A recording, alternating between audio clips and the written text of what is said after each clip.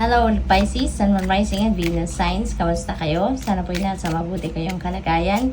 Welcome back po sa Star Tarot. Kung bago kayo rito, welcome din kayo. Thank you for your support. I truly appreciate it. God bless you all. Maraming salamat po sa mga likes and subscribes ninyo. Pati na rin sa mga nag-iiwan ng mga magagandang komento. Maraming salamat po.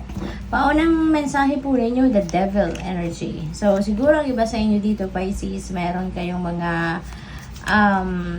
dealings with a Capricorn person. Probably meron din kayong Capricorn placements sa iyong chart. Pwedeng ganun din, kaya nag-show up si devil energy.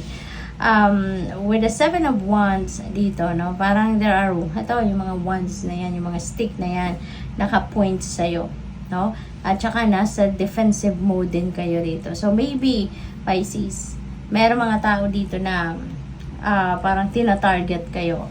Maaring that's because of inggit, maaring tina-target kayo na siraan kayo, na mag-fake news about you, na alam mo yun, yung magpaparinig sa inyo, gagawa ng drama, 'di ba?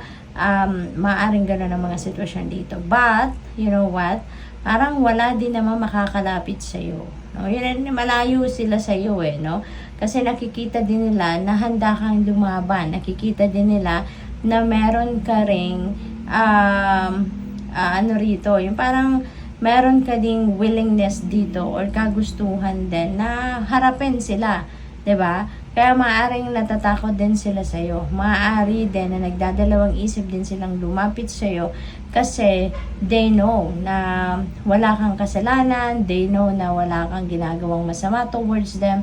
It's just them, na maybe na feeling insecure, sa iyo kasi maybe you are abundant, you're prosperous, diba? You're successful, nasa magandang estado kayo, kaya maaring out of inggit, ganun ang ginagawa nila sa'yo. But, stand your ground, Tama yan na nakabantay ka lang, nagmamatsyag ka lang, kasi depende rin sa inyong sitwasyon. If you feel like it's just a waste of time and energy then na labanan sila or harapin sila, then just ignore them, diba? Pero kung sa tingin ninyo, kailangan ninyong harapin sila, kailangan ninyong i-address ito, then it's all up to you, Depende yan sa inyong sitwasyon. Tignan ninyo, pagmasdan ninyo, tignan ninyo, pakinggan ninyo yung intuition ninyo. Kasi it will always give you a signal what is best to do, okay?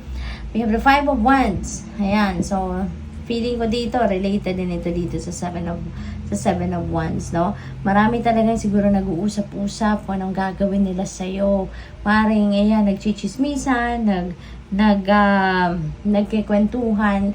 Maybe they are discussing, things, kung paano kanila matitake down, kung paano kanila masisira, kung paano kanila mapapabagsak, Kasi siguro you're very, very powerful. Maybe you're very you're a good influencer din siguro. Kaya siguro maraming tao din, yung humahanga sa'yo.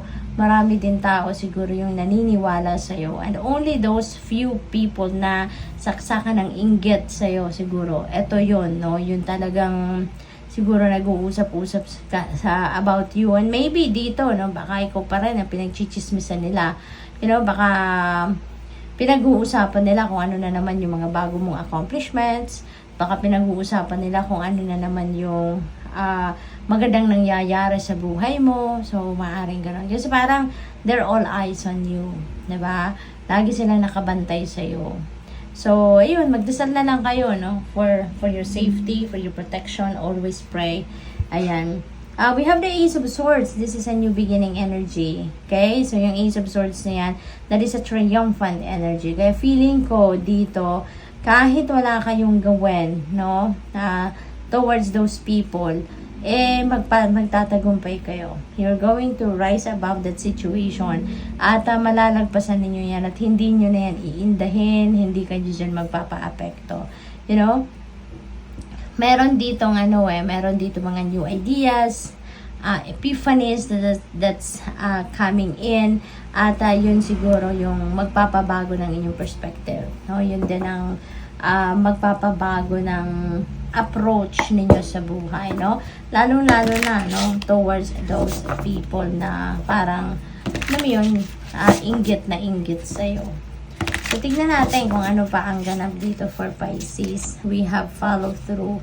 Ayan. So, siguro meron din kayong mga unfinished business dito. Pisces, maaring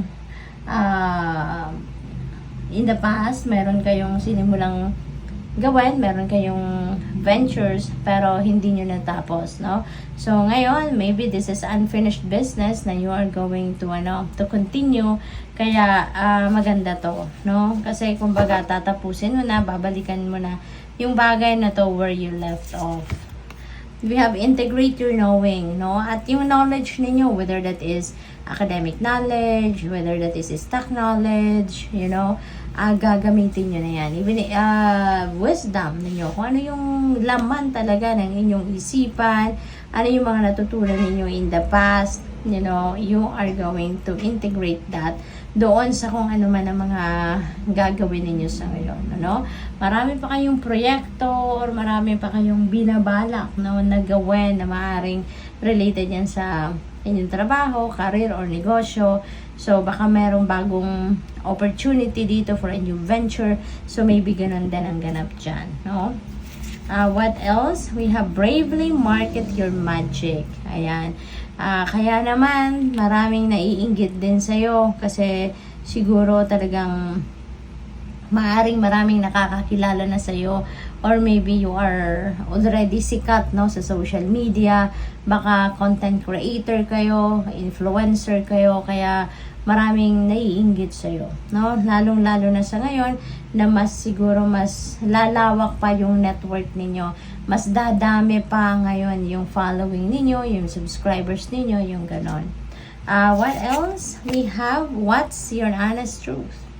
Ayan. So, maybe this is a time also for some of you Pisces na magnilay-nilay kayo, magmuni-muni kayo, and parang mas kilalanin nyo pa yung inyong sarili. Are you really, diba, expressing your truth? Yung kung sino kayo sa ngayon, kung ano yung pinoproject ninyo out in the world, yan na nga ba ang totoong ikaw? Diba? Yan nga ba ang totoo mong nararamdaman? Yan nga ba ang totoong laman ng inyong isipan? Yan nga ba yung totoo mong pagkatao? Diba? So, maybe now is the time that you need to reassess, no? Reassess yourself. Re-evaluate what you have done, ano mga epekto nito, yung mga ganun ba, ginagawa mo nga ba, sinusunod mo nga ba kung ano yung gusto mo, sinusunod mo nga ba kung ano yung nasa kalooban mo, yung ganun. So, eto, maybe this is the question that you need to ask, no, sa sarili ninyo. What's my honest truth? So, good luck sa'yo. Thank you for watching. Love and light. Namaste.